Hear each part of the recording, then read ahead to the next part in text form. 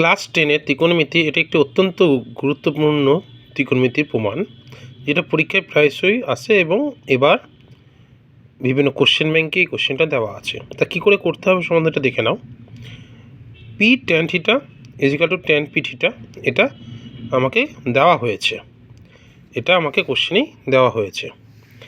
এবার আমরা জানি tan theta is equal to sine by cos, তাহলে ট্যান পি থিটা সমান sine p theta by cos t p theta.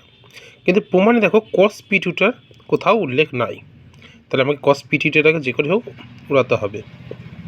এর জন্য এটাকে কি করেছি, প্রথম ক্ষেত্রে দেখো এই লাইনটাই আমি উভয় পক্ষকে বর্গ করে পেয়েছি এবং তারপরের লাইনে এই লাইনটাই উল্টে দিয়েছি, অর্থাৎ নিচেরটা উপরে উপরটা নিচে চলে এসছে। এরপরে দেখো +1 করেছি। কেন তোমরা বলবে যে কেন করছি এসব?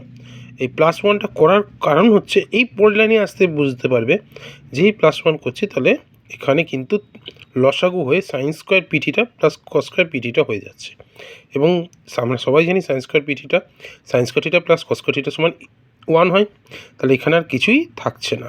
তো আবার এখান থেকে আসি এবং এটাকে দেখো +1 যেটা করলাম তাহলে কস স্কোয়ার পি থিটাটা থাকলো এবং এটার সাথে এটা গুণ হয়ে গিয়ে sine square P square sine square theta এখানে চলে এলো।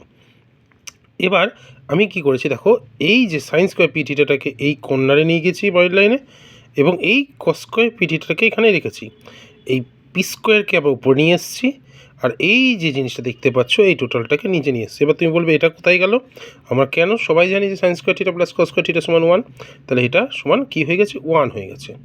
এবার বাদিকে দেখো যেটা আছে সেই জিনিসটা কিন্তু আমরা কোশ্চেনের বাদিকে পেয়ে গেছি।